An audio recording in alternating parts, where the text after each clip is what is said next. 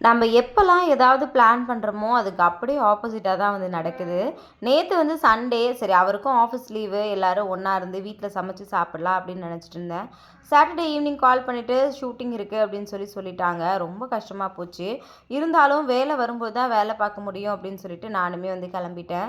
இதில எனக்கு ஒரே ஒரு ப்ளஸ் என்ன அப்படின்னா, நேத்து சண்டே ஷூட்டிங் இருந்ததுனால, ஸ்ரதன பார்த்துக்கிறதுக்கு கொஞ்சம் ஈஸியா இருந்துச்சு. அவர் வந்து ஸ்ரதன வந்து பார்த்துக்கிட்டாரு. தேவேஷும், ஸ்ரதன் இவர் 3 பேரும் நேத்து வீட்ல தான் வந்து இருந்தாங்க. லஞ்ச் வந்து பார்த்தீங்கன்னா, அம்மா வீட்ல வந்து செஞ்சு குடுத்துட்டாங்கன்றதுனால, நான் காலையில லஞ்ச், பிரேக்ஃபாஸ்ட் எதுவுமே வந்து சமைக்கவே இல்ல. லொக்கேஷன் போயிட்டு நானுமே வந்து ரெடி ஆயிட்டேன். காலையில ஃபர்ஸ்ட்டு சீக்கிரமா போறதுக்கு முக்கியமான ரீசன் என்ன அப்படின்னு பார்த்தீங்கன்னா, அந்த ஹேர் ட்ரெஸ் பண்றதுக்கு. காலையில அதே மாரி வீட்ல இருந்து கிளம்பும்போதே சாரி எல்லாம் கட்டிட்டு போயிட்டோம் அப்படின்னா, அங்க போயிட்டு ஹேர் ட்ரெஸ் பண்றதுக்கு அவ்வளோ ஈஸியா இருக்கும். ஃபைனலா நேத்து ஷூட்டிங் முடியும்போது பார்த்தீங்கன்னா, மணி 9:45 ஆயிடுச்சு. சண்டே எனக்கு கொஞ்சம் டல்லான சண்டேவா தான் போச்சு. உங்களுக்கு எப்படி இருந்துச்சுன்னு சொல்லுங்க.